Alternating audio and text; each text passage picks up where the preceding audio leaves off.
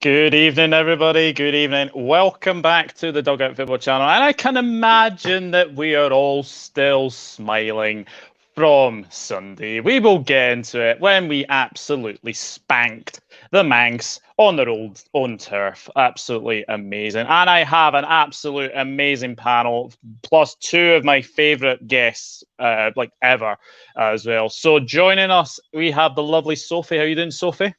I'm good. I'm looking forward to tonight. Thanks for having me back on. Absolute pleasure. We also have Mr. Jack Mack LFC. How are you doing, Jack? Not too bad, mate. Thank you very much for having me on. And I can't wait to get stuck in tonight's episode. Absolute pleasure. We also have Mr. Daniel from the Mighty Reds TV. How are you doing, Daniel? I'm brilliant, mate. Am I one of the two favourites? No, that's clearly me. Yeah. You're all my favourites, honestly. Don't worry about that. We are joined by probably one of the biggest LFC fan channels ever. We have Mr. Chris Pajak from the Redmen TV. It is an absolute honour to have you, Chris. I know worries, mate. Thanks for asking me on, mate. Oh, it's an absolute pleasure. And also another brilliant YouTube channel, Mr. Mick Moran from the Kopite podcast. How are you doing, Mick? Yeah, all good, mate. Nice for having me on. I think it's been a few months since I came on, so nice to jump on again. Absolute pleasure. And last but not least, we have the Welshman, Mr. Connor Niblet from the Cop Council. How are you doing, Connor? I'm very good, thank you, mate. And looking forward for tonight. Absolutely. Let's say hello to a few people because I've just seen a few people there. And Chris Welsh is in, Alan Holloway is in as well. Well, there is only one way to start. Manchester United in the Liverpool 5. How many times have you said that in your head? I mean, I honestly still can't believe that result, but I have to say it was an absolute battering from start to finish. But you could have said probably that had Fernandes scored, it might have been a different game. But then again, I still think we would have tore them apart. I mean, we'll start with you, Chris. What did you make of the performance against Manchester United? You're kidding. It was fucking unbelievable, wasn't it? Like, you just can't mess around when you beat Manchester United 5-0 at Old Trafford. I've said that phrase so many times that someone was tweeting me before going, we're going to start a drinking game every time Chris says we've beaten Manchester United 5-0 at Old Trafford, because I'm doing it about 4 or 5 times a sentence. Never mind, like, how many times I've said it during the week and stuff. It was unbelievable. And the best thing was we only played for 60 minutes. And then we just went, all right, we've had an injury, we won't bother with it. So we just, honestly, we just dicked them in the eye. It was that simple. Just from start to finish, we didn't mess around. We just went there and we just absolutely battered them, and it was glorious. It was indeed. I mean, Mick, you and Jay had a little bit of a break. So did you think that your first show back on the Kopite was discussing a 5-0 victory against your biggest rivals? Absolutely not, especially when you look at the lineup and you've got no Fabinho in there and your Konate's come in for a second start, Matip's on the bench, and you're like, fuck, is this the right time to be doing that? And then you think, well, actually it is the perfect time to be doing it, because Konate, what a performance he put in. And yeah, it was just too easy, like just opening them up at will at times. And it was like Chris said, it was absolutely glorious after years and years of like getting beat by them at their place and having them winning titles and whatever. That was like a small step to kind of turn the tables. But yeah, I loved every minute of it. Sophie, I suppose we can say we were good, but how bad were Manchester United? Oh my God, they might as well have not fucking turned up. They used to sack of shites. They were absolutely, oh my God, I've never seen a team so disorganised who claims to be big top six. The only thing you were top of was absolute pile of shit.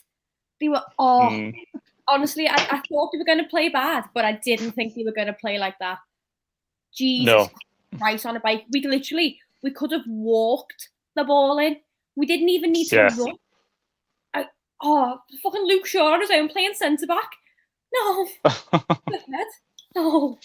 I mean, we can obviously talk about it, Jack, but Harry Maguire, I mean, Leicester City must be laughing their way to the bank that Manchester United paid 80 million, because that is how you do not defend in a game like that. Yeah. It's a price tag. He's not even worth 10 million, mate. In reality, Johnny Evans was Leicester's best defender at the football club, and yeah, Man United let him go a couple of seasons ago. So the writing has been on the wall for the last couple of weeks, hasn't it, mate? In relation to their poor performances. Scholes, he said after the game, and all of us don't have to be a brain scientist really to analyse Manchester United's performances over recent months, even years since Ollie's been in charge. You've got no backbone. You've got the quality of player, but in terms of translating his tactics on a football pitch, he just doesn't know what to do with it. Yeah, absolutely. Dan, you were the one that said 1-1 at the end of the show last week. Do you regret saying 1-1, or no, mate? No, mate. I'm going to say 1-1 for every game this season. I'm continuing with this Brighton game today because I'd rather play it down and be wrong than go the other way and be wrong. Do you know what I mean? So I'm quite happy to stick with 1-1 all the time. Play it down, keep it cool, and hopefully we proved wrong. I said 1-0 for the Atletico game, as Jack said before as well, and we won that. So I'm going to stick to that. So yeah, 1-0 again today, I think. Yeah, I mean, the thing you can say about Jack though, he did get the score right. He actually did say 5-0, which was incredible. He's unbelievable, mate. Some of his predictions recently. Should have done the lottery numbers, mate, but sadly didn't. Connor, we'll go through each goal. The first goal, obviously we've spoken about the chance that Bruno Fernandes had, but we go up the other end and we score at ease. But you have to say, what on earth is that defending? Harry Maguire and Victor Lindelof are like in a central midfielder position. Trent's got the whole of the right-hand side available. Basically, what you can say is, I thought Naby Keita had his best game in a Liverpool shirt. I don't know if you agree with that, Connor, but I do think he had his best game in a Liverpool shirt. Yeah, I would agree, mate. I think he pretty much did have his best game for Liverpool. And then it just goes again to Manchester United trying to play the press and not being able to do it. All these tactics, but Rashford, if that had happened to Liverpool, we'd be screaming at Mane or one of the midfielders to run back. I just love Slabhead messing things up again. But yeah, look, let's be honest, the whole game was a fantastic game, and it's just nice to see Man United fans just melt on Twitter because I feel, as last week, like Sophie said, a few of them got a bit rattly over the last couple of weeks, and it was nice to see them getting pegged down an order or two. Yeah, absolutely. Oh, this is football. I said, man like Chris Pajak, ever since he tried to warn House and it's been down the drain for them, should have listened. He was going down the drain before then, to be fair. Like, I think we did that video. I can't remember if it was 2018 or 2019. But it was blindingly obvious, wasn't it? I think I only said things that every Liverpool fan at the time was thinking about Manchester United. I was having conversation with the lads in the pubs, and we were all talking like that, you know what I mean? And it just happened that I was the one that said it on camera. And I've got a lot of love for that video, but Howson, he was wrong. He should have known, Mourinho was never going to win anything with United, and they don't look like they're going to win anything with Ollie either. Well, no, none of the rumours are to be obviously believed. Mick, we'll go for the second goal. Again, another defensive mix-up between Harry Maguire and Luke Shaw. I mean, it was a complete defensive mix-up. We took advantage, and Jota gets the second. Yeah, I think that's probably, from their perspective, that's probably the worst one, isn't it, to be fair? Because what the fuck are they doing? At least one of them just needs to put their head on it or just hit it as hard as they can, and it's sound. But yeah, it's just persistent play from us, though, isn't it? To make it happen and getting in behind. And yeah, I mean, even if Jota weren't there, Millie was behind him to maybe slot it in as well. If not, maybe we would have been offside. But yeah, it's like 2-0 after 13 minutes, and you just even I wasn't calm then. I was still thinking we need another couple more here because I can't rest on 2-0. We need at least 3 or 4 here just so I can kind of relax a little bit and enjoy my bevy while I was watching the match. But yeah, it was perfect. 2-0 up at Old Trafford after 15 minutes. You can't ask for any better than that, really.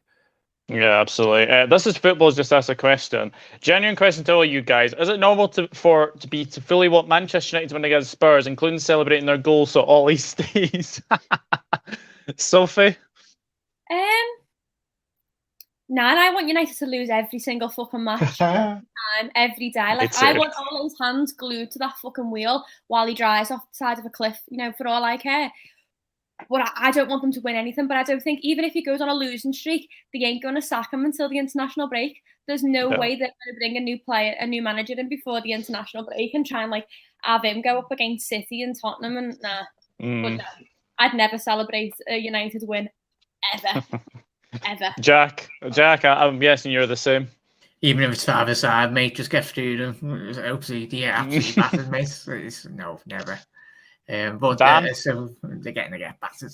well, I have celebrated Man U victories. I would the 1920 season when I think they beat City home and away, didn't they? And I celebrated that as much as would have celebrated the Liverpool game because it was obviously between us and City. But it's not really going to matter, is it? Between Spurs, Spurs aren't going to do nothing, are they? And United aren't going to do nothing. So either or really. But did they play City the game after Tottenham? I don't know if they get into some sort of form. He may. I don't think it's looking likely, but he may put up with a bit of a better fight. Dave has just basically said 2 words: fuck them.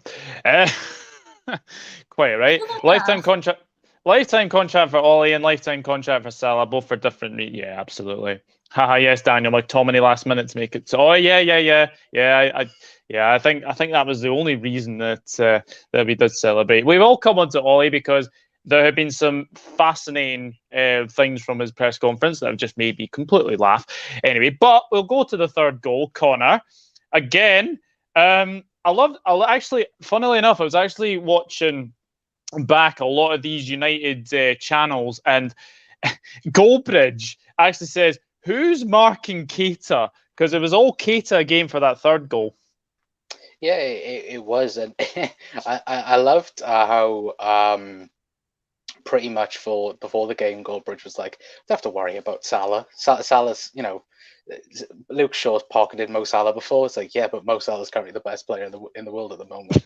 But yeah, it was just Luke Shaw and Maguire again bumping into each other, which was fantastic to watch. It was like a carbon copy of how United lost to Spurs, how them two just had a shocker of a game, and bumping into each other yet again. But yeah, look, any goal against Manchester United, you celebrate like if it's your last goal, and I think that's what all of us did, to be fair. Yeah, absolutely. This is football. I think all of us have had that song stuck in our heads at least once this week. It is a fantastic song. We'll go on to the fourth goal. Sophie, this was all about Diogo Jota, Roberto Firmino, and obviously Mo Salah finished it, but it was all about Jota and Firmino. It was the way because watching the highlights back, you see how United swamp Jota and Bobby during that that attempt, but they just cut through them like a hot blade through butter. They just run right through them. They've got no organisation. And I think at one point, it was who tracked over with Jota on his own. Like one of them just ran right through it. Like, your defence. I think it was Wan-Bissaka. No, it wasn't Wan-Bissaka, because Wan-Bissaka was further on. He was on the left. Oh, yeah. It doesn't matter anyway. It's irrelevant which player it was. But one of their players was completely out of position and running through, trying to stop Jota and Bobby through that. It's like, you've got 4 defenders, 2 fullbacks, but none of them were doing the right thing. It was like, when you were in primary school and you played footy and everybody, the ball was there and you all just put your legs in left, right and centre open and getting the ball. That's what they were doing. It was just chaotic. They just ran through them. And it was another piss easy goal, because when you look at Salah on the right over by Trent, they're completely unmarked. Nobody's watching them. Nobody is near them at all. They've got all the space, all the time in the world. And then Salah finishes it the way he does on his left. They had no chance. It's a cracking finish because obviously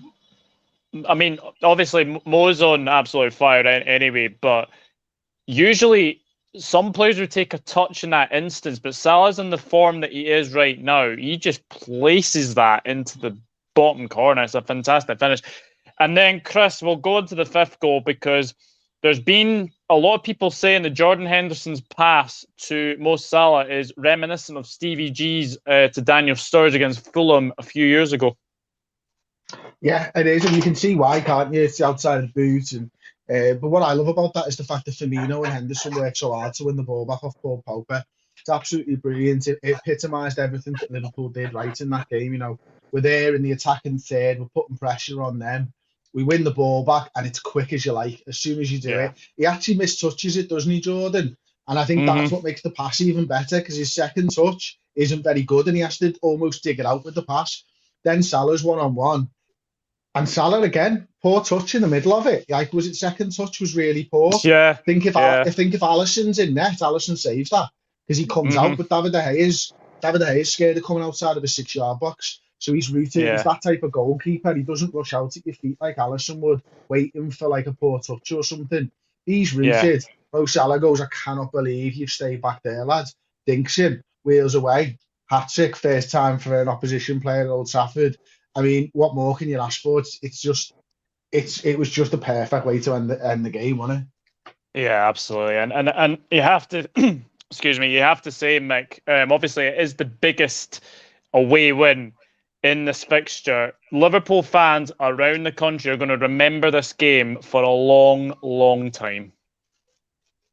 Yeah, I mean, it's one of them. Like, we've been dining out on the 4-1 like years ago, and that's been one we've been talking about for a long, long time, and rightly so. And this is just going to be another one that's just going to be, well, we're going to talk about for another fucking 10 years, aren't we? To be fair, because it was that good. And I mean, Liverpool probably weren't at the best, really. Like Klopp said in his press conference today, we kept the gate open for United a lot of times, and they probably should have scored before even we got our first one with Bruno Fernandes got put through. Probably should score. Surprised he didn't.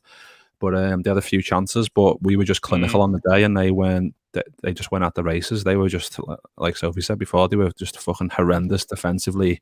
Organisation was just not there at all. It was a joy to see. It really was. And usually we go to Old Trafford and it's really cagey, and you're like, it's going to be 0-0 or 1-1. And it's been like that for as long as I can remember in my lifetime anyway. So to go there and just make a statement like that and absolutely fucking batter them 5-0, we're well within our right to ram this down the throats for a long, long time. Yeah, 100%. Hello to Red Devil Weekly. Kieran is in the chat. Big Mank, but a good friend of mine. He said Pajak the GOAT. So yeah. So I have to say that game was fantastic. We'll go into the red card corner, because I don't think Man United fans can have any complaints about that red card. They're lucky it's just one. I think me and you spoke after the game, didn't we, mate? And it was, you had Ronaldo, and I know it's, I think that was a big talking point after the game. And Bruno, I think, was lucky with his open foot challenge on Curtis, but he's got no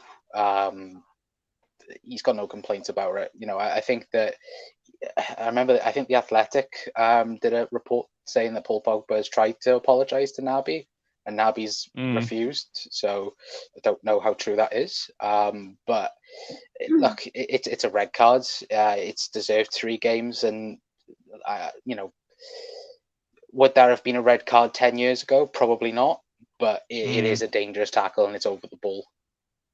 Yeah, I mean, Dan, they are wanting to stamp out that kind of challenge as well, aren't they? Oh, mate, it was horrific, wasn't it? It was 2-footed over the ball. I mean, there's not a single complaint anyone could have.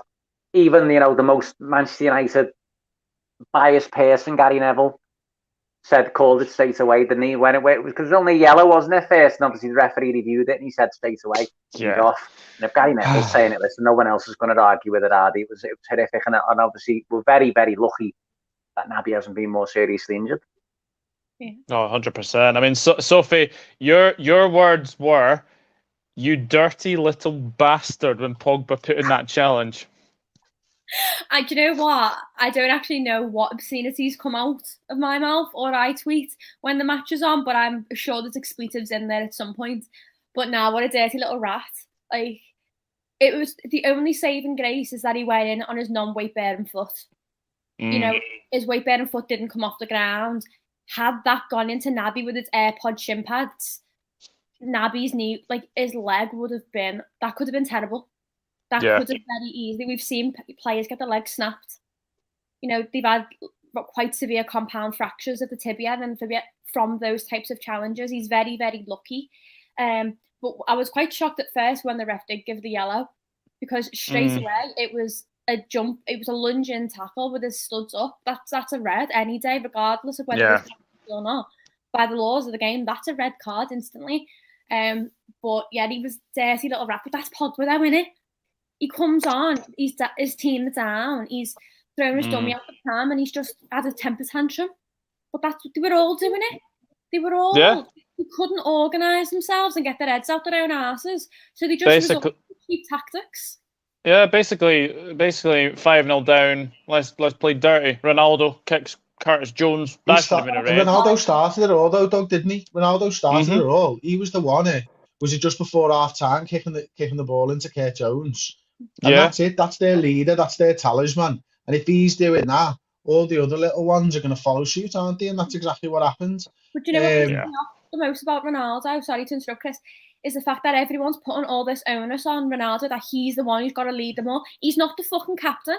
Now, I understand he's a club legend, and I understand, like you said, he's a talisman. But at the end of the day, he's not your fucking club captain. Your defender is, and your centre-back is doing fuck all to control you. He's not saying anything to keep you calm or keep your heads in the game. He's letting you run wild. And then your star player, who is arguably one of the most influential players in the game, is going around kicking young lads in the ball, in the stomach, kicking the ball. If that ball wasn't there, he's very lucky that it was there, to be honest. But even I still think he should have been sent off for that. But that's just dirty, dirty, dirty tactics. Yeah. Evening, Reese. Our captain is a pussy. Oh, well. You bought him. So I think let's just say you've thrown away the receipt. Anyway, but I mean, Jack, a big win like that, it puts down a marker as well. And do you think people have actually slept on Liverpool this season? Of course, mate. Did you not see the predictions at the beginning of the season? Oh, bloody! What was it?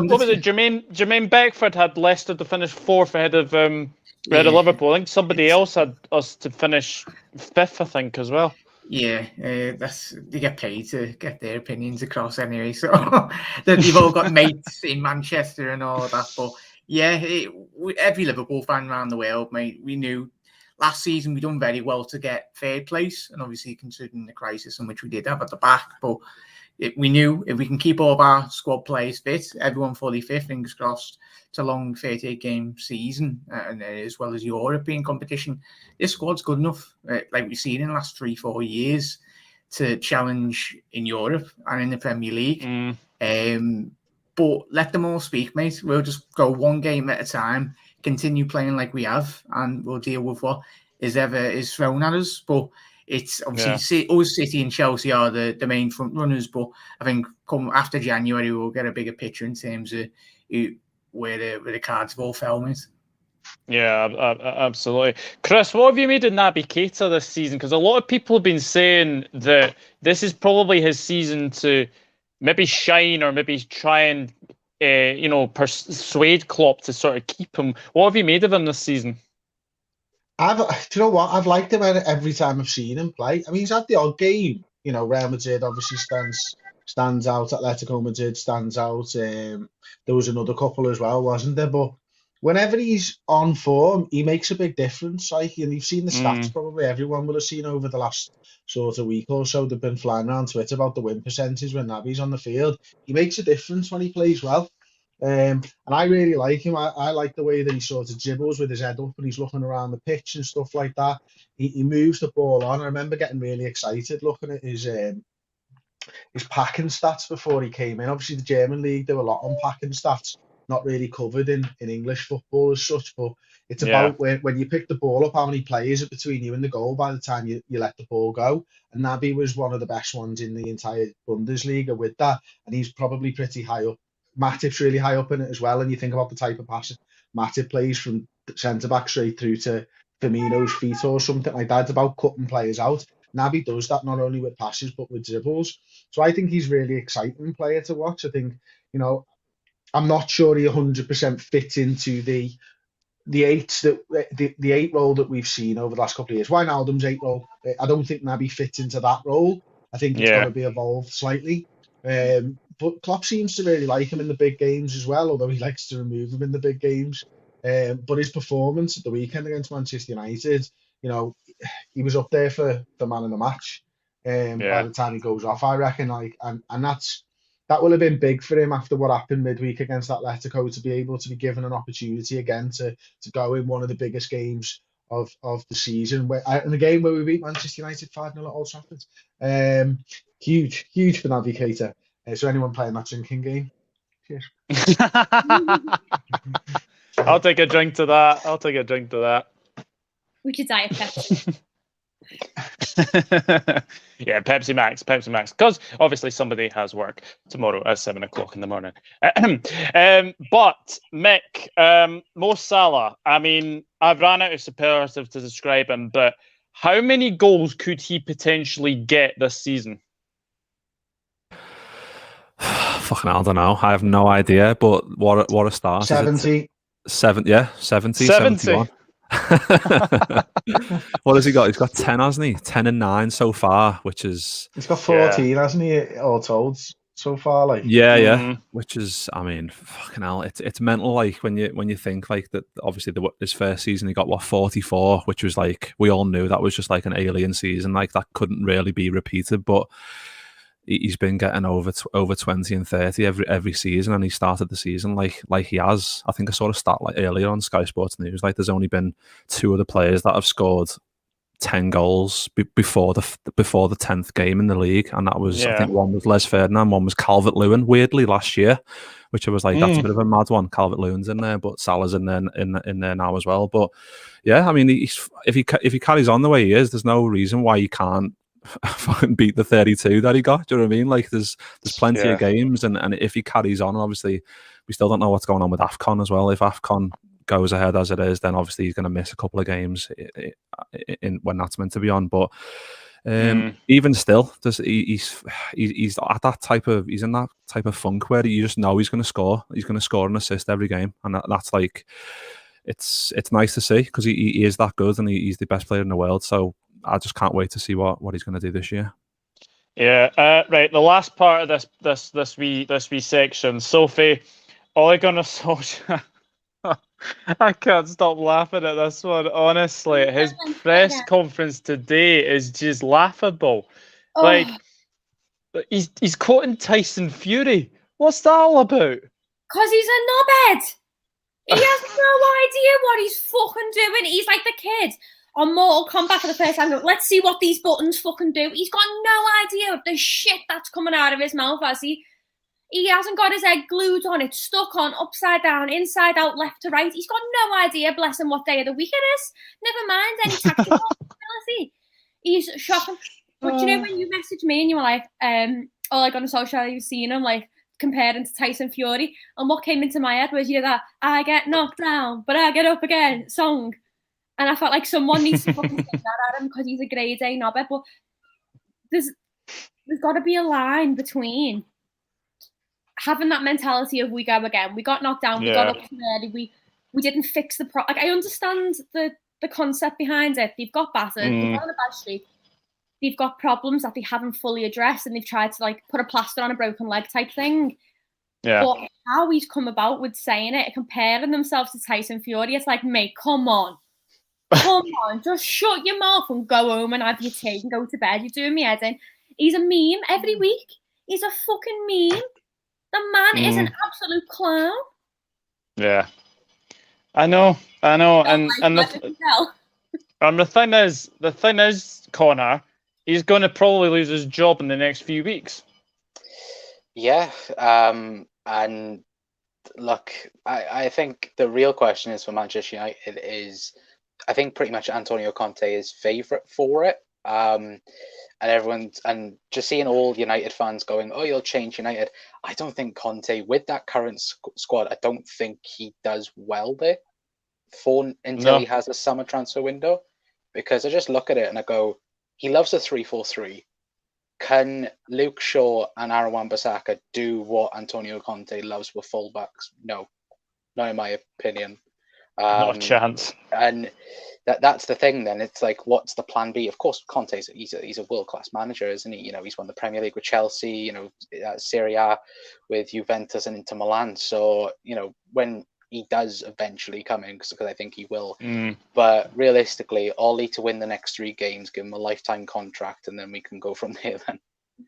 A lifetime contract. a lifetime contract, yeah, that would be very, very nice. But yes, I'm pretty sure every Liverpool fan around the country is probably still smiling at the fact that we did beat our biggest rivals by 5-0. Guys, if you are enjoying the stream, then please hit that like button and please hit that subscribe button. We're very close to 1.5k, so we can get there as soon as possible. That'd be absolutely fantastic. Our board and ownership are spineless. They need someone to pressure them now. However, the squad needs to be organised in a shape. Conte brings that, but it'll be 2 or 3 years max, says Reese. Right, so we will go away from that game to talking about something that might be happening. What's everyone think of this? African Cup of Nations cancelled/delayed. I've been reading this. Apparently, because of infrastructure problems, whatever they are, in Cameroon, apparently it could be cancelled or delayed. I mean, Jack, this would be the best news ever for us. Yeah, it'd be a massive boost, mate. I know a lot of people outside Liverpool have looked at Liverpool's squad and go, well, we probably would struggle. We're losing Salah in the form of his life. Obviously, Sadio, Mane, Naby, I'm not too sure if they've qualified, and Joel Matip as well. So, but positive if it is delayed, mate. But I think even if the lads do go, I think we still got enough quality to see us through 1 or 2, 3 games. But if it goes past that, you will miss the quality that would be missing through those players that I've just mentioned. Yeah, absolutely. But even then, Dan, I think we would be able to cope. I'm not so sure, I'll be honest with you. I mean, maybe for 1 or 2 games, yeah, but there's talk about them. I mean, hopefully, fingers crossed, it's not going to be as long, but there's talk of them going away as early as Boxing Day, isn't it? Which would be a bit ridiculous, because I think we talked about it last week. I think Salah doesn't play his first game till the 10th. I think Mane's the 9th. I think Kaiser's the 14th. So going away Boxing Day seems a bit early. But listen, if that's what ends up happening, I personally don't think we'd be able to cope for that many games. I think it'd be 6 league games. I think it'd be curtains, to be honest with you. And nothing, maybe we'll go on to it later, the Preston game, nothing I've seen a midweek from Minamino or Origi, apart from the goals, convinced me otherwise. Really, I think we really would struggle. I think 1 or 2 games, maybe we could plod through. I think if it was more than that, I think it'd be a curtains for winning the league anyway.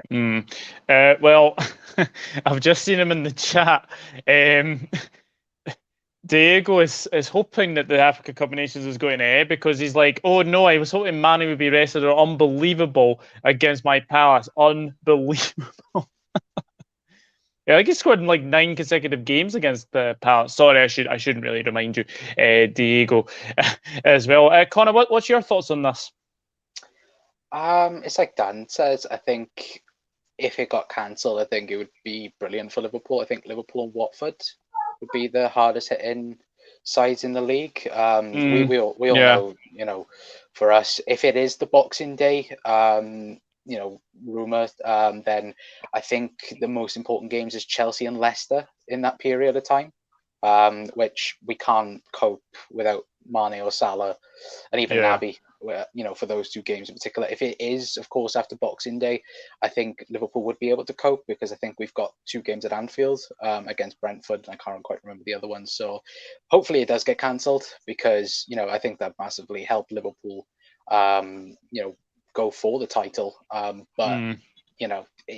think the sooner it's resolved and we know what's happening, I think obviously the better, because as fans we can look at it and go, yeah, it'd be nice if it got cancelled, but the players, Mo, Egypt, that they'll want to know what's happening so they can plan ahead as well.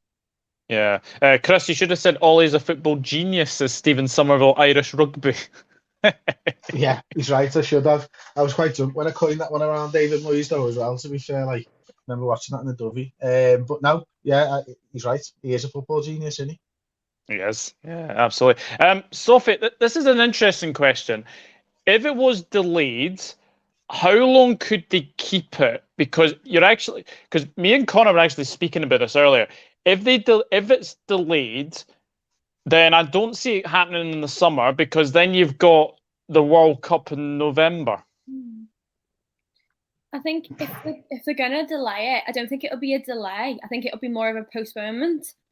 And it gets pushed back another year, I reckon, because obviously they can't really start it up in the spring, summer because of all the other leagues. They're not on a winter break, there's no summer break. Yeah. There's the Champions League, Europa League, the Super Cup finals and the World Club Cup. That all goes on. Then we've got, I said, the World Cup, and there's too much going on the rest of this year. Yeah. For it to physically, I can't imagine how they fit it in unless the African FA just don't give a flying fuck and decide to go right in the middle of August. Bam, there you go. You're doing it now. Oh God. Then I can't. They wouldn't be able to do that anyway, though, would they? Because it's just too hot there. Yeah, which is why it's played at this time of year. Yeah. So it would have to be next year, I reckon, if they're going to postpone it. But I reckon they just fucking cancel it completely. The thought of having to keep our best players, during a difficult part of the league is just horrendous. I mean, how are we going to cope? Just keeping the best players possible? It's not fair to the other teams, is it? No, absolutely not. And you're absolutely right. There are, I think, Germany have got a winter break. I think Italy have got a winter break. I'm not sure Spain have got a winter break, but I think it would obviously benefit them more than it would obviously the Premier League. It's a very, very interesting discussion. It's a very, very interesting discussion for sure. But fingers crossed it's cancelled, or fingers crossed it's delayed anyway, so that Mr. Mo Salah actually stays with us. Now we'll move on to the cup game, because we did beat Preston by 2-0. Someone did stand out for me, Mick. Harvey Blair. What did you make of his debut? Yeah, it was a bit of a mad one, wasn't it? Because obviously, I don't think many of us has heard of him really. Like, obviously, he's got thrown in. Klopp said that he's done well in training and whatever else, but yeah, I don't think he had many touches really. I think he had like 10 touches in the game or something like that. I think he was kind of inside quite a lot, wasn't he? Like in the box, he wasn't kind of out wide like a Cade Gordon would be. Cade Gordon would be hugging that touchline, but then I think you putting anyone up against Cade Gordon's like a fucking freak of nature. How good he is at 17, but I thought he'd done all right. He was a willing runner and whatever else, but I think it was quite telling that once the change was made, we looked a lot more effective going forward anyway. Once you put Neco Williams on that right-hand side and Bradley as a right-back, we looked a lot more effective. But yeah, I mean, it all goes in the bank in terms of his development. Like that's going to be one of those moments that you'll never forget. And it's all about that progression, and Klopp's willing to give these players that little leg up in these games to kind of go, here you go and see what you can do. And if you do well, boss. If you don't, doesn't matter. That's the kind of pressure he puts on these players. He goes, go and play your own game, see what happens. If you play bad, it actually doesn't matter, because you've got a lot of opportunities at this club. And yeah, he looks like he's got obviously some skill and ability. Otherwise, he wouldn't been putting into this game. So yeah, it's promising for him in the future. Anyway, let's see what he can do. Yeah, definitely. Chris, have we found a new position for Neco Williams potentially? No, poor lad. No, not a chance. He's behind the best right back in the world, and you're going to make him the backup to the best player in the world. Never getting a game for us, is he? Poor lad must be like, I can do both of these. What's going on here? But you're never giving me a game. He looked good there, though. He did. He genuinely looked good. Because, and as I think Mick said then, it's because he hugged the touchline.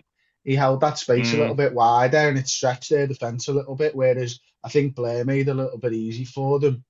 And, I'm not having a go at the young lad. It wasn't a great debut from him because he didn't have the ball often. But I just thought his positioning was all wrong, and I don't know whether that was Klopp or him saying go inside. But as soon as Nico was on there, and he's in loads of space, and he's actually arriving at the same point where Blair was standing.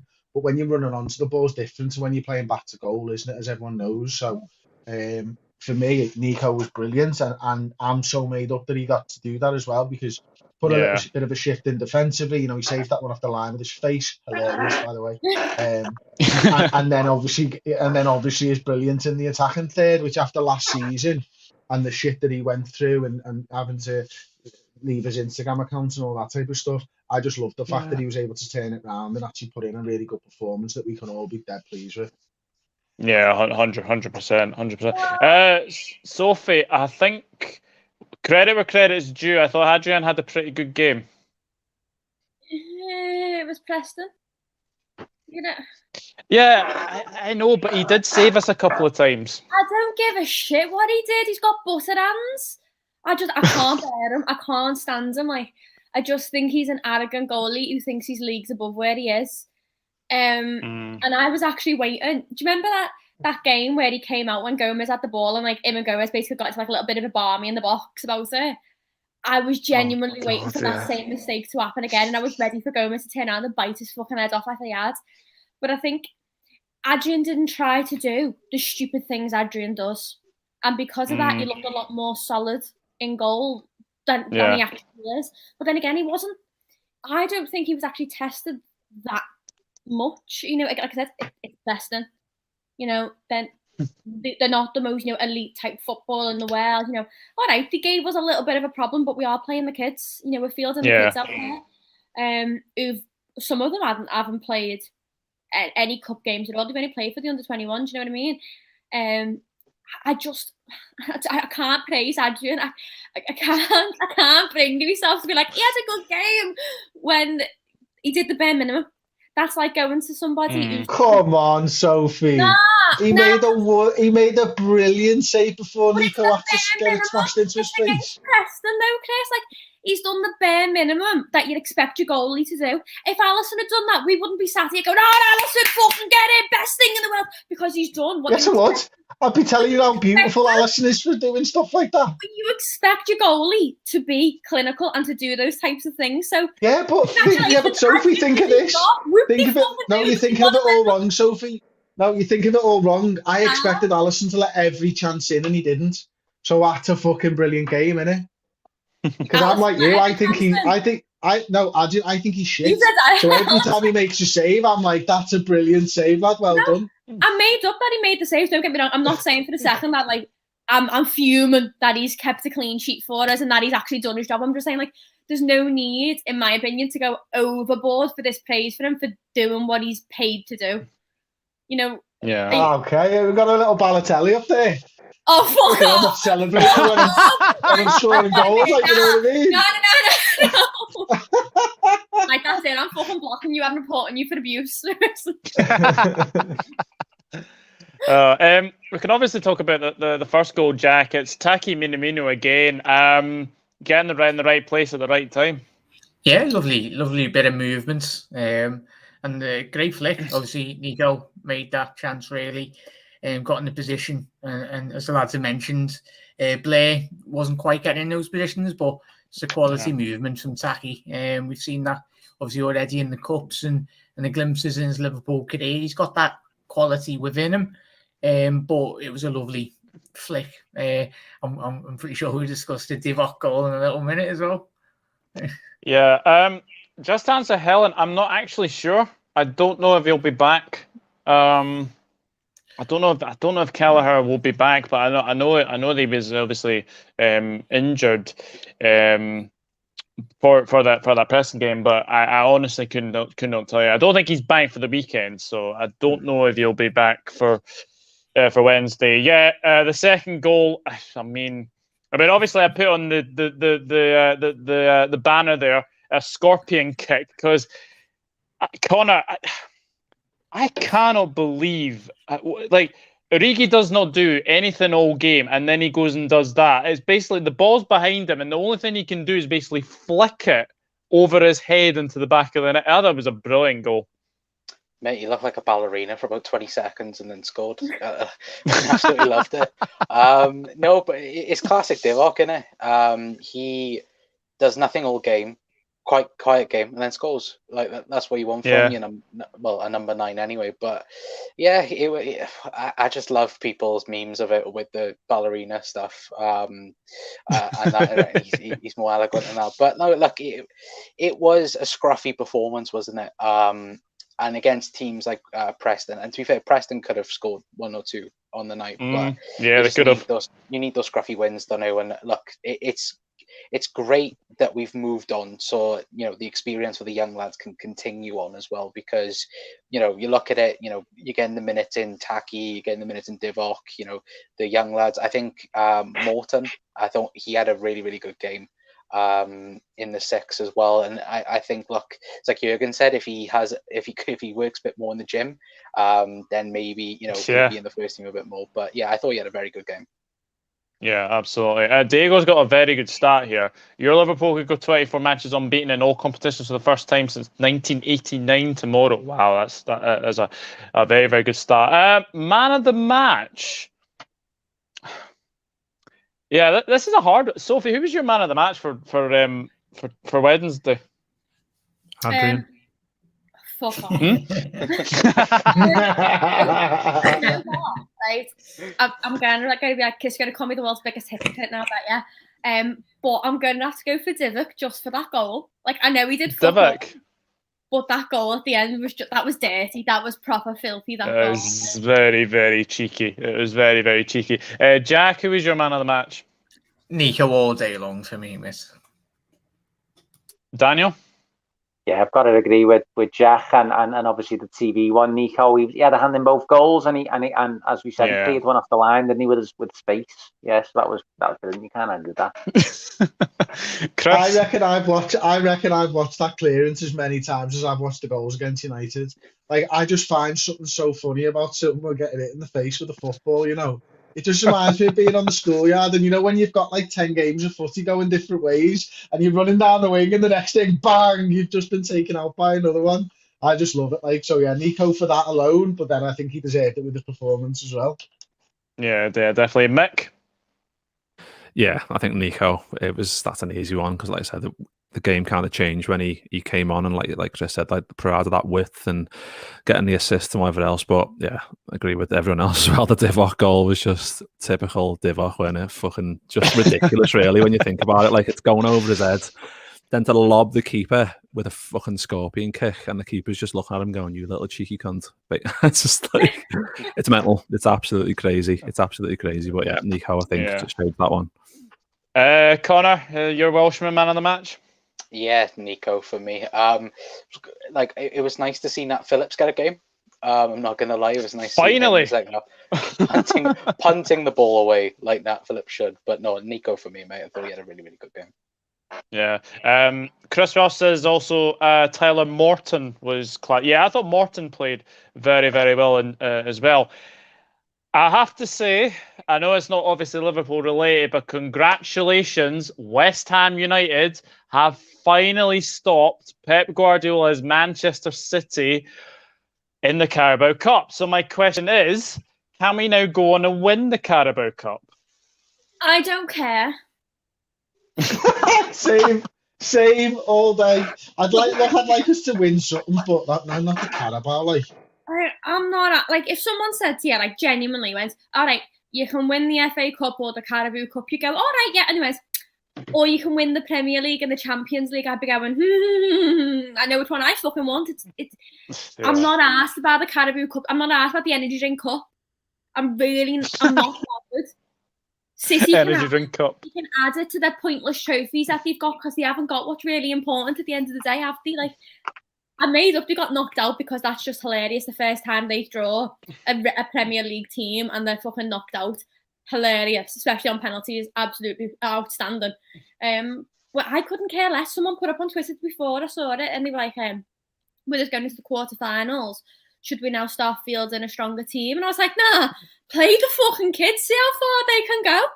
Because if we play the kids, and say, for example, instance, hypothetically, we go on and win it, and the kids are the ones who've won it, that's more of an achievement for them than it would be for our starting lineup. Our starting lineup would be like, oh yeah, great, wonderful, like, cheers for that. And then the trophy goes, the back of the cupboard and collects dust. Like, I'm not asked. They're all just going to be looking at it like, why is there 3 handles on this fucking trophy?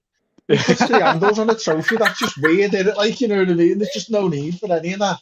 The mad thing is, and this is what made me realise this week, the 2-legged semi-finals are back, and that's January, innit? Is that right? Oh, are they? Oh, no. So, like, they got rid of the 2-legged semi-finals last year. Now, I was told, I've not checked this out, that they are actually back this season. In which case, a 2-legged semi-final in January, when, like Dan was saying before, like, I'm with Dan on that. I'm not sure how well Liverpool cope in January. throw a two-legged semi-final in there in a competition, it's a semi-final, and all of a sudden you're like, what the hell? That's crazy.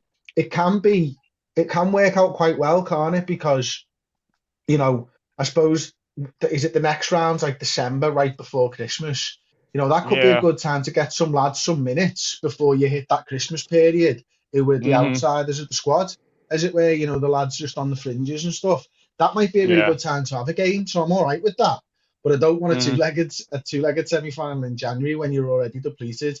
The fact is, I agree with what Sophie was saying, and I've said this for years. I genuinely believe you should name a squad for the Carabao, and then every big team would go, here's the youngsters, and Carabao would go, whoa, shit, we need to do something about this competition, because none of the big teams care until they get to the semi-final. And I think that's a really good thing from the big clubs. I think they go, here you go. And then you as a fan know that it's their opportunity all the way to the final. Not like what Arsenal used to do, where they just put they get the kids through the semi-final and then put the first teamers in. That's not right.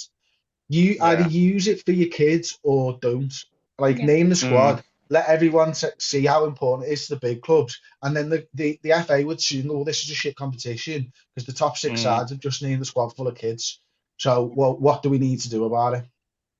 Yeah, I think you've summed that up pretty well as well. I mean, if we get West Ham, then I think we'll probably play youth/experience. If it's Chelsea, then I think you may play a little bit of a stronger squad. But if we get Sunderland, but they all then do you it, can just... don't they? Where sorry, mate, sorry to interrupt, mate, but they all do it where the managers, like, they want to go weak, but they don't want to go weak when the other one goes strong. And I'm sure they just have a little word and go, 5 kids? Yeah, 5 kids. Sounds okay. We can do 5 kids each. Like, you know what I mean? Just off the record and that, because it's scary how many times you've got the same amount of kids in the side. Like, but you know what? Like, just about what you said a minute ago, Chris, about like they should field, like, decide we're fielding the kids. This is your squad that you're doing for the Carabao Cup.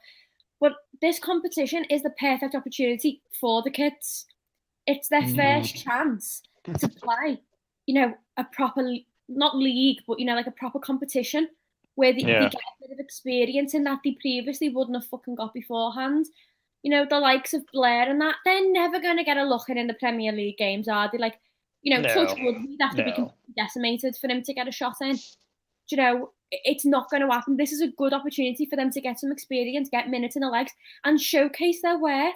Because you know that there are going to be scouts from, you know, the championship teams and that, watching these games, watching these young kids and going, who are we going to try and sign on loan? Who are we going to be picking up? Who's the next talent coming through the ranks? Because it's all well and good going out and playing, you know, big marquee signings, you know, 60 million here, 80 million there, blah, blah. Yeah. But it's your youth. And we've seen it in Liverpool. We've seen our youth come through the ranks and do a sublime job about it. This is their opportunity to shine. And I think if the FA turn around, like Chris just said, and right, okay, either bin the competition off, that's not going to benefit the youngsters. But it's not fair on them to take away their little crown and glory either. But then again, I also think it's a shite competition and it can go in the bin. You know, Yeah. I think we all kind of share the same thing. But, you know, as I said, if we get Sunderland, then it's just going to be kids completely as well. But yeah, the draw tomorrow is on Soccer AM, 10:30. And I'm going to say that now, that show has gone to absolute shite. So I wonder what they're going to be doing with that draw anyway. But we will go away from that and look ahead to tomorrow's game, Liverpool against Brighton and Hove Albion. Mick, how are you feeling about this game?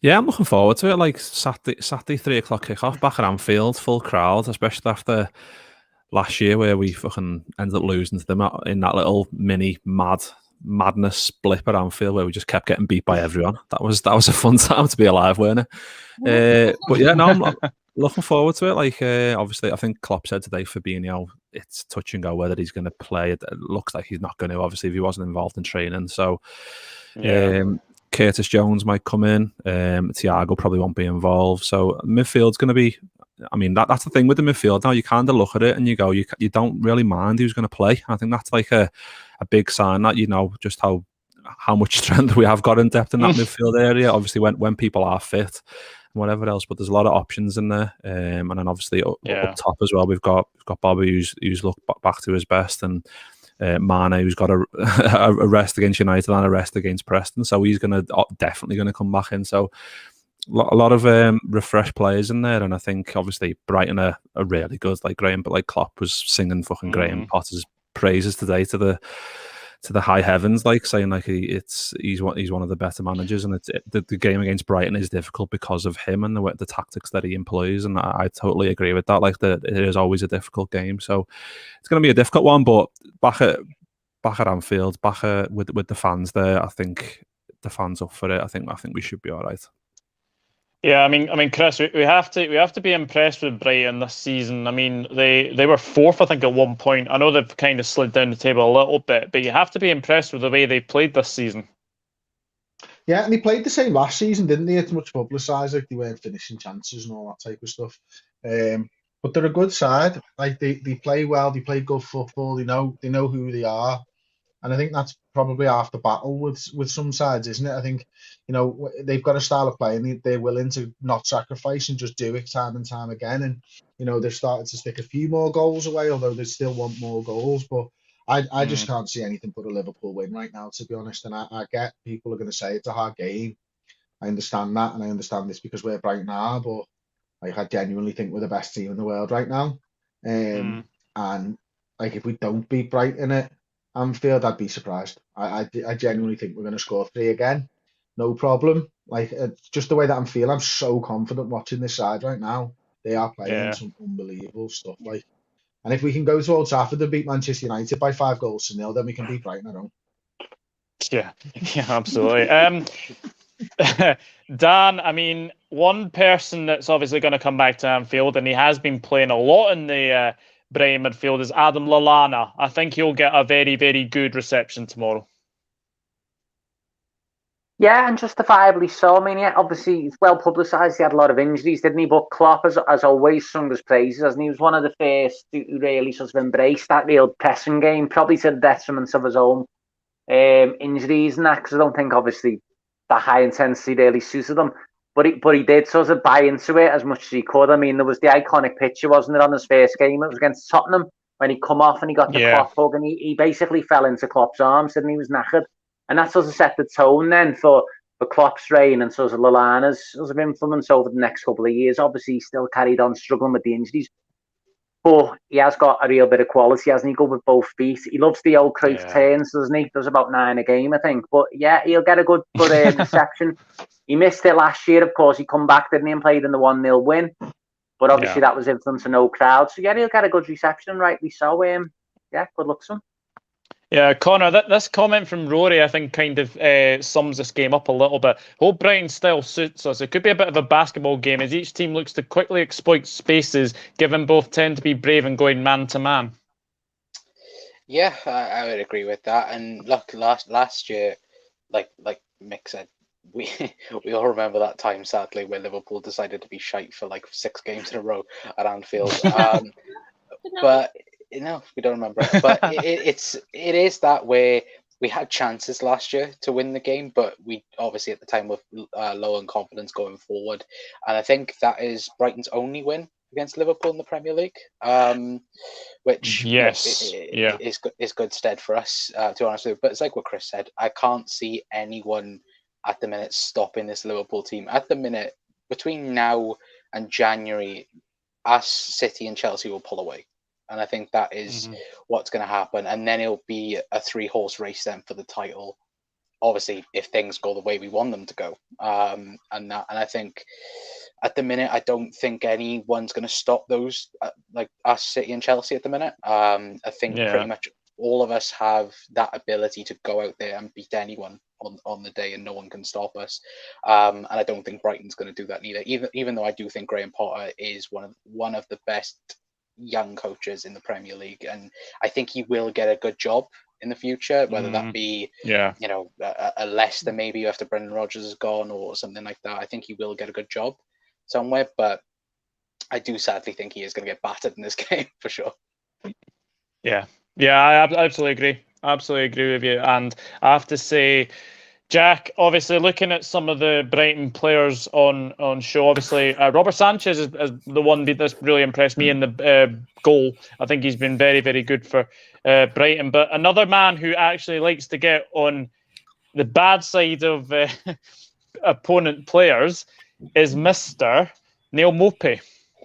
Yeah, he's Brighton's leading goal scorer, I think, in the Premier League anyway, and it's going to be difficult. Obviously, we see him, he tends to play a 3-5-2 formation, as everyone's already alluded to. They do high press and get in your faces. Obviously, they did get absolutely walloped by Man City 4-1, and hoping that's a case of obviously them coming at us really, and Liverpool are really expose every bit of space in behind them, and it's not going to be an easy game. There's never going to be an easy game in the Premier League. I know I went a bit mad on my prediction, but if we can get the nice early goal, it'll be a plus. But we can't come into this game with the arrogance of, I know the players won't, but if we are going to win this league title come the end of May, we've got to win every single game at a time. If we can get that nice early goal and really put a rubber stamp on our display. But it's going to be a difficult game, as the lads already mentioned.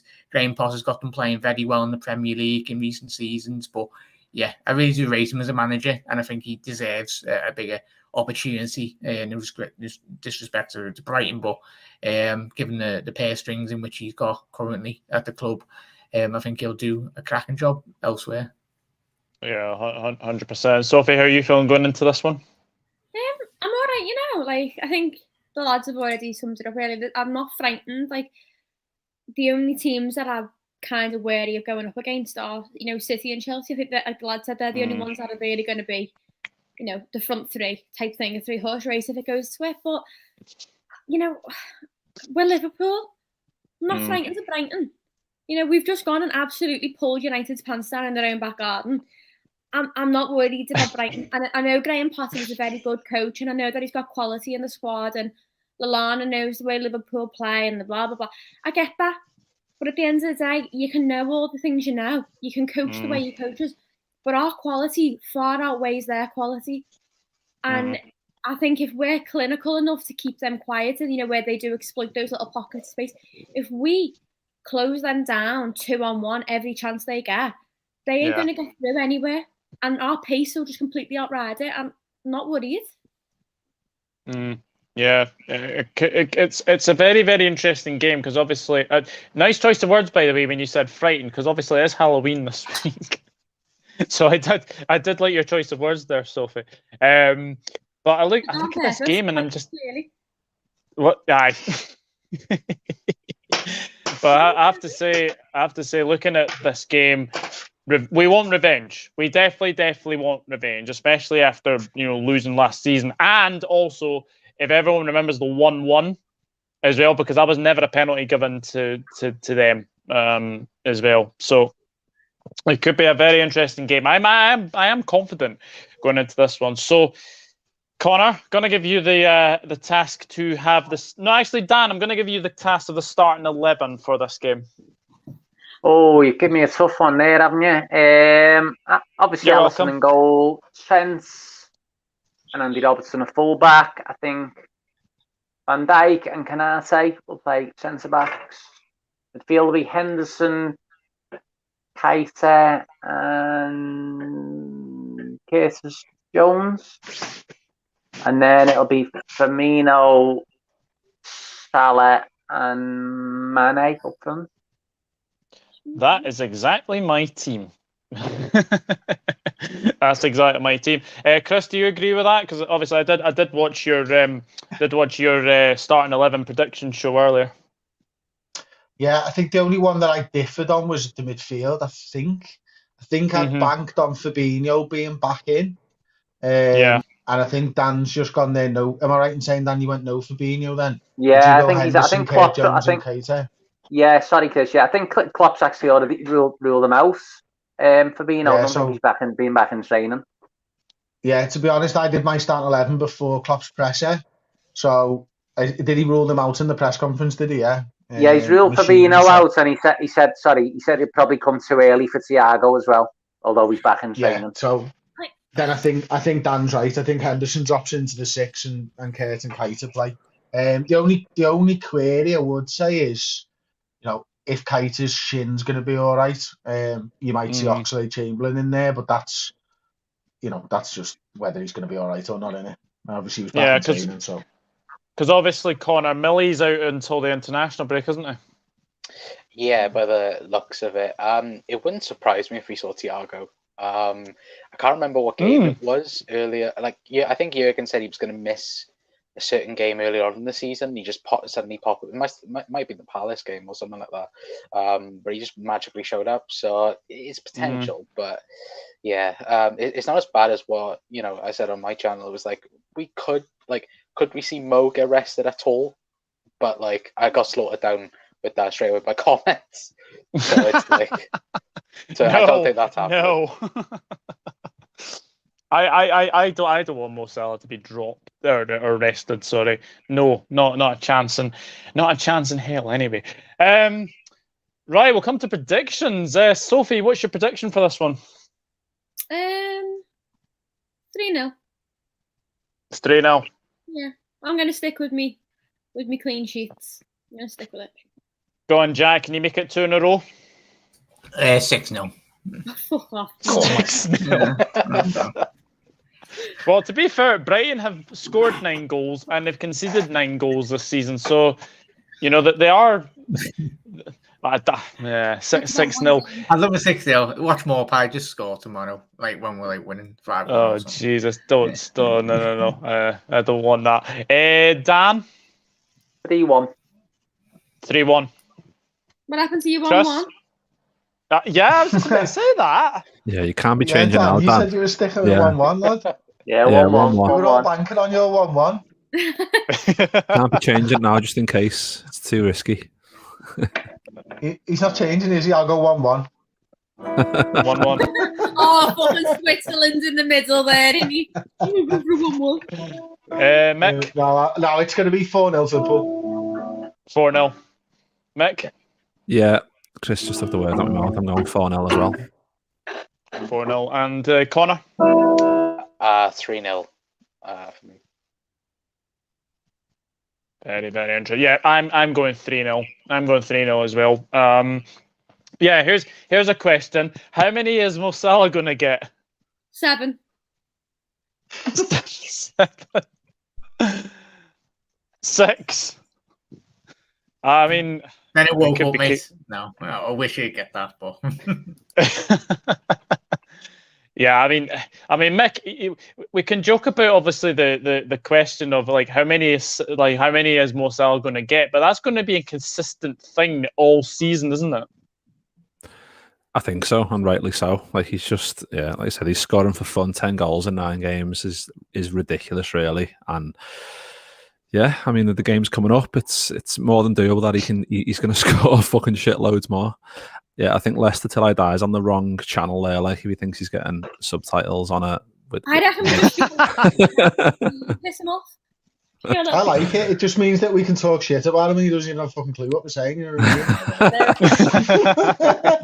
True that. Absolutely, but yeah, I think we're all kind of confident going into the Brighton game, and hopefully it doesn't backfire anyway. But obviously, this isn't the only match we have to preview because we have Atletico Madrid on Wednesday. I think it's Wednesday. If it's a Wednesday, I can actually watch it for a change because obviously if Champions League games are on a Tuesday, I'm working late at work. If it's a Wednesday, I'm working in early at mid, and then I finish about 5 o'clock. So at least I'm basically coming home for that one. But my question is, Connor, is this a must win or not? I don't think it's a must win. If it's a win, it's a nice win because then that sounds off the group, and we can then play kids in the Champions League if you want to. As listed as you like. But yeah, it's that though, mate, isn't it? It's if we win group done, then you can field out then players that, you know, and get in times like Taki and Divock and that, and not use players like, as Makendo will gladly say, don't do Jota against Atalanta again. But it's that, isn't it? It's Atletico won revenge. They won revenge from, you know, 2 weeks ago. But I think Anfield is going to be the loudest it's been this season, especially what happened, 18, 20 months ago, when they knocked us out of the Champions League. And I think, you know, if they crumbled like they did that first 20 minutes at all in that game, I think they won't come back this time. I think they were quite fortunate being at home and, you know, having that game. But I think if they do play like they did that first 20 minutes, I don't think they're coming back this time around. Yeah. Leicester Till I Die TV, looking good this season, though, guys. Thought you might be the ones to drop out the top four, but fair play to you. Looking good. Salah on fire. Dan, I'm going to come to you because you called Diogo Simeone the Argentine Allardyce. How are you feeling going into this one? It's going to be another tough game. I just going back to the point you're asking, Connor, is it a must win? I don't think it's obviously not a must win, because regardless, we're going to finish the day top of the group, but it's a great opportunity, as Connor said, because obviously if we win, we get 2 games to rest people up. But it's going to be another massive game, isn't it? Tough game, and they're going to have a few grievances, aren't they, from the game the other week? There was a few decisions went against them. Yeah, and I think and it's really it's if they did lose Atletico, it's going to, you know, put them under massive pressure then for getting through, isn't it? I still think they would, but they need to really get a result. They can't really afford another defeat, so it's going to be a tough game. Looking forward to it. Yeah, I am as well. And as Dan says, Chris, they will be a bit angry. So it is kind of a little bit of a dangerous game. However, I am going into this one confident because we have Alisson, not Adrian, in goal this time. Well, yeah, I was just thinking about that when Dan was talking, and you were sort of teeing the question up. Is the last time out we worked really hard to break Atletico down away from home. Like 15 or 18 months ago, whatever. Obviously, this season it was a lot easier to break them down. They played in a different way. But at Anfield last time out, we carved chances. You know, the difference was the 2 goalkeepers, wasn't it? They had a world-class one in net, and we had Adrian in net, unfortunately. And that was the difference on the day for me. So I think Liverpool can break them down. I think Liverpool can score against Atletico. I think Liverpool will win against Atletico, although I don't think we have to necessarily go out there and win the game. If it was, you know, they've got to chase the game. I don't know whether they can play for a point in this game. They'll probably be thinking a point at Anfield's the hardest game of the group. But you're putting a lot onto that Porto game for them, aren't you? If you do that. Yeah. Because they've got to qualify. So does it get a bit cagey because of that? Or do they come out at us because of that? I don't know what way they're going to play it. Because, like, let's say if Porto go and win their game, right? Am I right in saying that puts them on 7 points? Yeah. I think they're both on 4, aren't they? Yeah. Right. If Liverpool beat Atletico, they're 3 points behind Porto. Like, that makes it really tough to get out of. So, is playing for a draw a good idea? I don't know how they play it, to be honest with you, which makes it really interesting. But either way, I think it makes it good for Liverpool. Because if Atletico have to come out at us again, then I think we can break them down. Yeah, because Mick, am I right in saying that 10 points gets us through? I think so. Yeah, I think we're on 9, aren't we? So 9. Yeah. So, but there's 3 games left, lads. So there's 3 games left, so they can get 9 points, can't they? Any of the other sides. Yeah. So they're on 4. They can get to 13, can't they? Yeah. So we're on 9. Yeah, we're on 9. They're on 4. So is Porto, and then there's Milan on 0, I think.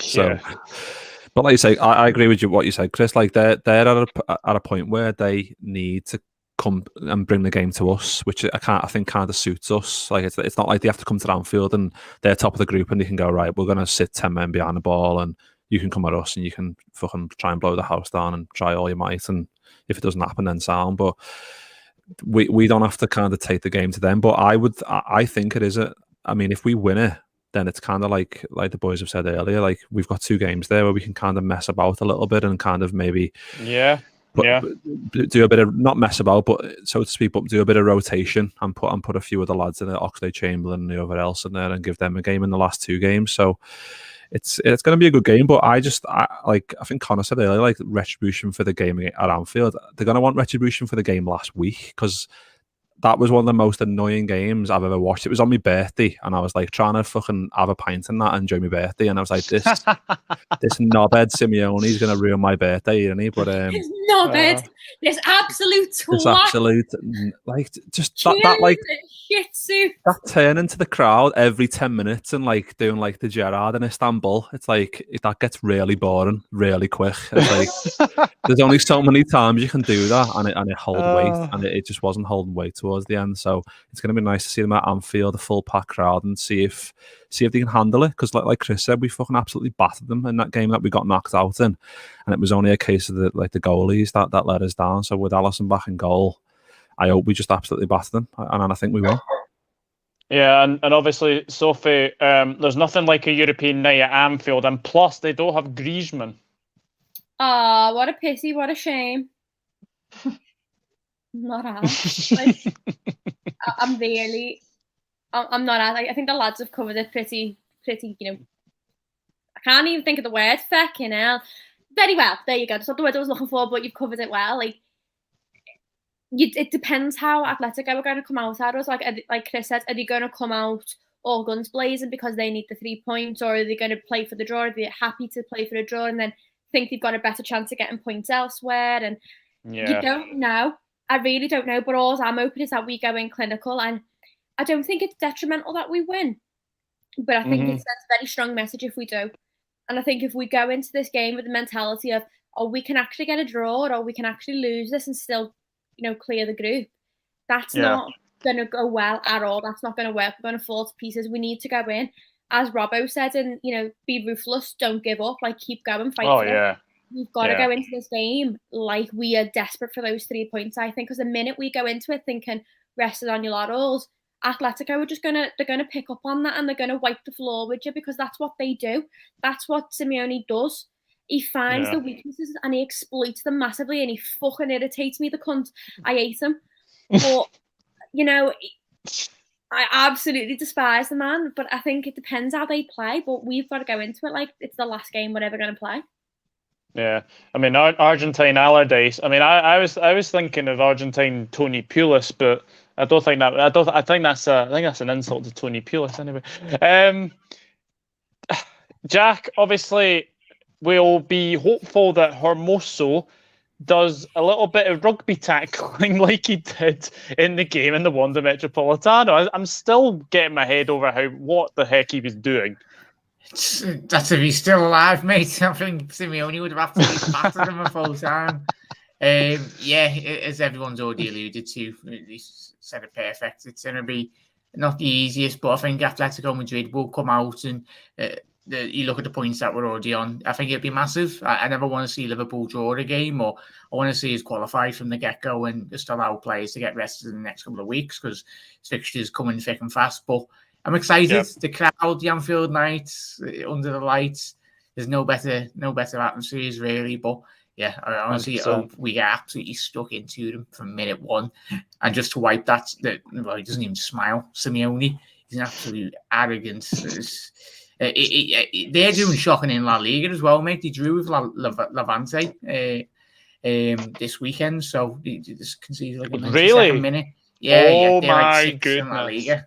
So they're not even doing the best this year. Obviously, Suarez's toys come out the pram. That's another story that probably will get bigged up pre-match anyway. Him coming back to Anfield, he probably will start him, because obviously Greasy got sent off, and rightly so, mate. But yeah, I'm excited. Yeah, honestly, we absolutely wallop them, and we can just kind of relax.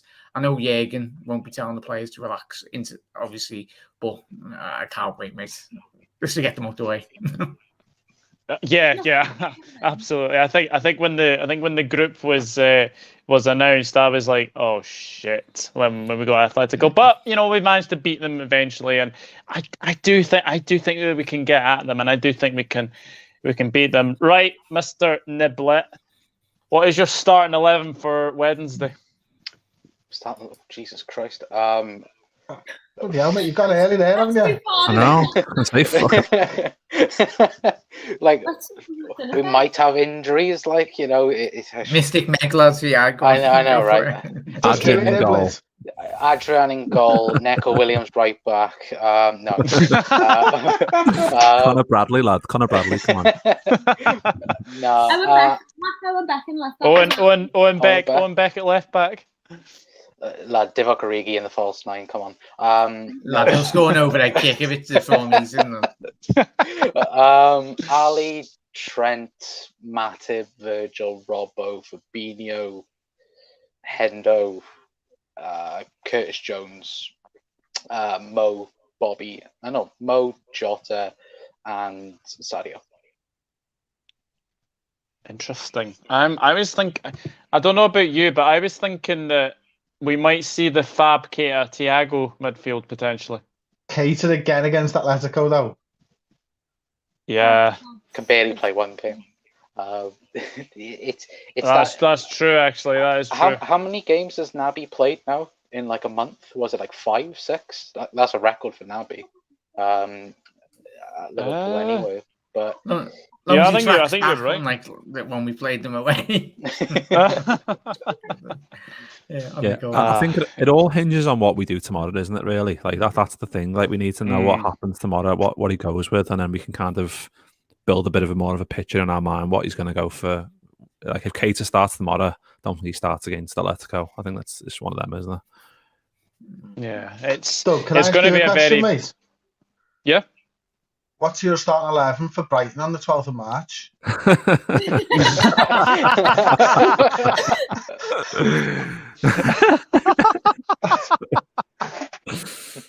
New signing in goal. It might be January. I don't know when we played them, to be honest. I picked the date. Oh my goodness. No, John Achtenberg in goal. Oh my goodness. The African Cup of Nations might have been delayed till then, so you might not have Mo or my goodness. Caught me off guard there. Wow. I don't know, but I think we might see the Fab Hendo Thiago midfield, or a potentially Fab Hendo Jones or something like that. But hopefully Fabinho will be back anyway. But I'm just going to put out the bat here. I am very confident going into this game. I think we get an early goal. I think it will obviously ruin them, and I don't want to be clipped by saying this, but I think we're going to win this game 3-1. Clipping it. Sophie, what's your prediction? I haven't got a fucking clue. Honestly, this is one of the games that I don't want to make a prediction at, because I'll make one, it'll go tits up and I'll get blamed for it. And it'll be, you made the prediction, you fucked it up, you jinxed us, it'll be my fault. So I don't know. I think Atletico's a game that can go either way. It really, really can. We've seen it happen countless times before, and I'm just not putting myself in that situation for you to rip the shit out of me later for it, Doug. So no, I'm not. I'm not going to do that. Don't worry. I never do that anyway. Go on, Mr. King of Predictions. Jack, what are you saying for this one? No, GL. I'll go 3-2, mate. I can't go mad against Atletico. You know how negative they like to play. But yeah, 3-2, mate. I'd take a 1-0, 3-2. Mr. 1-1. You what? Dan?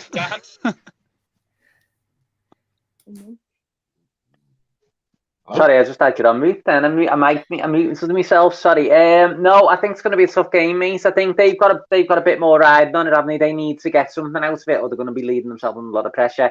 They're going to feel a bit hard done to, as I say before, with some of the decisions that went against them. And I think they're a quality team. And funnily enough, I will go for a 1-1. See, very, very predictable. I'm only joking. Chris, what are you saying for that one?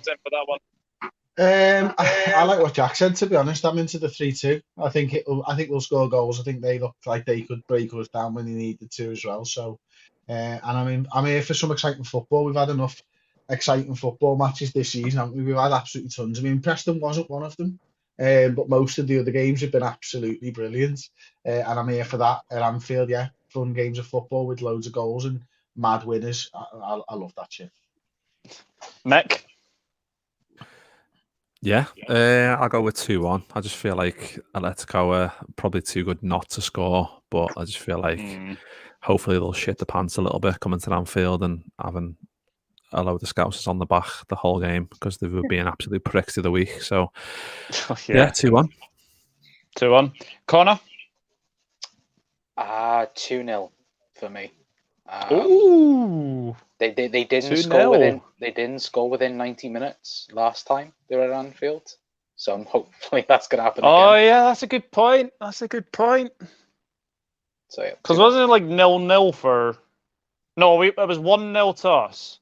Was it Van Aldum that got the goal, and then we went to extra time, and then Firmino scored the second. Yeah, that's right. I thought that was it. I thought that was it. Oh, for goodness sake, Diego, is this true?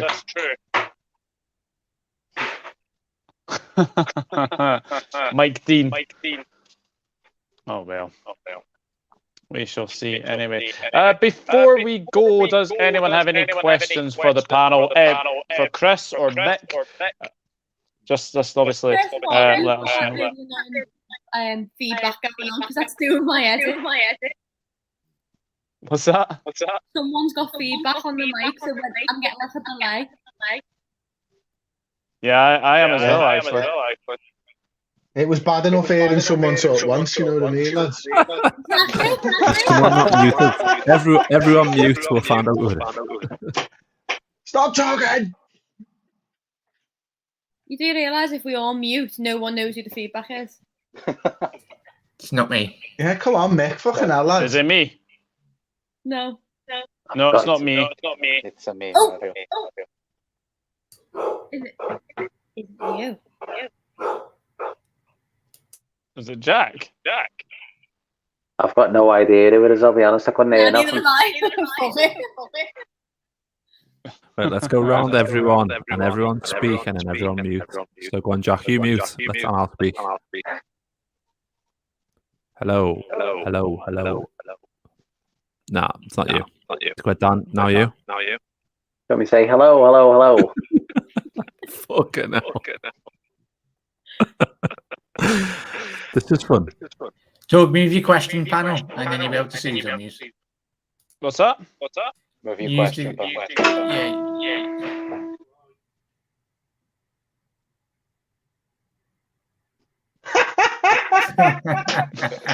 How have we made it? Hang on a minute. You're telling me there's 7 adults in this. We've made it an hour and a half, and now we're stumped. Exactly. Yeah. Well, we've made it through anyway. Let's just get on with the questions. Yeah. Don't worry, we're filling time until the questions come in. Come on. We can sort it out now before the questions come flying in. Right, it's certainly not me anyway. No. We can safely say that. I think it might be Dan, you know. This is like a shit going on. But the mad thing is, you all start talking in short sentences, otherwise they start speaking in your ears before you think it. So you talk like that, and then you wait for the feedback, and then you carry on your sentence. It's just fucking bizarre. I'm not seeing any questions, but we'll obviously end it there. This has been an absolutely fantastic show. I'm gonna mute. I feel like Dan's and Doug's in like the Echo Arena, and it's just like on like a massive mic with loads of speakers. Yeah, but I have really enjoyed this show. A big thank you to the panel, of course. Sophie, thank you very much. Thank you very much for having me. You know, it was good. Absolute pleasure. Jack, what have you got coming up in your channel? Got my pre-match Brighton game on tonight, mate. Pre-match build up, and then obviously going the Athletic game as well. So I have a pre-match build up for that as well, mate. But thank you for asking me to come on. It was a pleasure to speak to everyone on the panel, and hopefully everyone at home is keeping safe and well. Enjoy the matches. Yeah, absolutely. Dan, thank you very much as always. Oh, he's muted. You've done a kendo.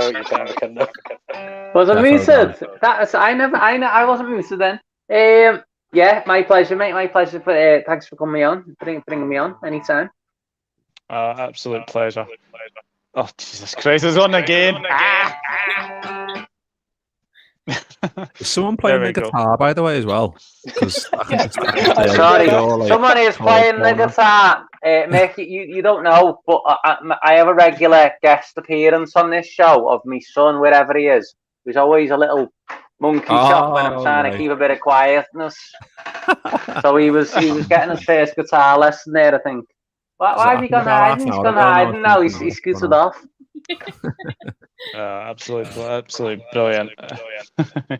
Right, this is really annoying me. So let's mute that.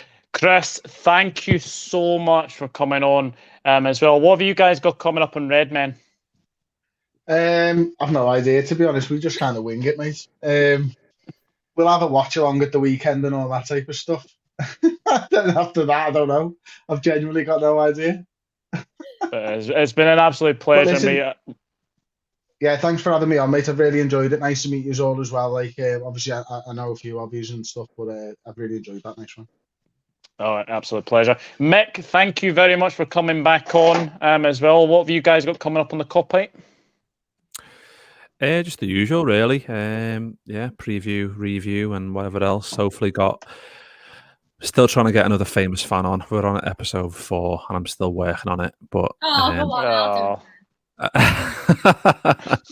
Chris just keeps saying no, so I keep budging him, and he keeps saying no. So I don't know. Cock of shit.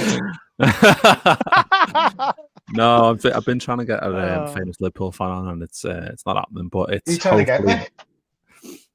I'll text you and let you know. I don't want to tell anyone just in case. In case it doesn't happen. Yeah, I've told Ross, to be fair, but I don't know. He might have told you, but I'll text you anyway to let you know. But just the usual shit. Taking over preview, review. Yeah, and basically what I was going to say is I have left one of Jay's videos in the description down below. It's the Robbie Fowler video. So obviously go and check that out because it's absolutely magnificent from Jay and magnificent from the guys of the Kopite. So obviously go and follow the guys of the Kopite. Go and follow the Red Men TV. Closing in on 500k, I believe, as well. So if they can get there, that'd be absolutely fantastic. Connor, thank you very much as always. 10 years, mate. 10 years. We've been closing. Well, we started in 2010, mate. Fucking hell. It's taken a long time. Yeah. I hope you guys get there very, very soon anyway. But Connor, thank you very much for coming on again. What have you got coming up on the Cup Council? Review. Post-match.